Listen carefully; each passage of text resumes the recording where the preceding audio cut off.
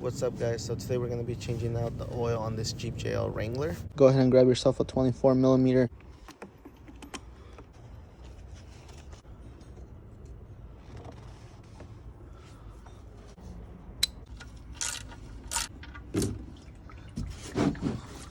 I got the oil here that I'm going to be using, and I got the new oil filter here.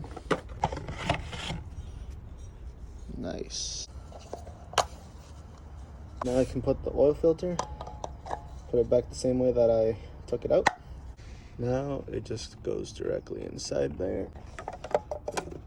Once you have everything set, it's time to do one final step here. So you want to go to vehicle info, go left, left again, and hold OK. So right here, and you are set.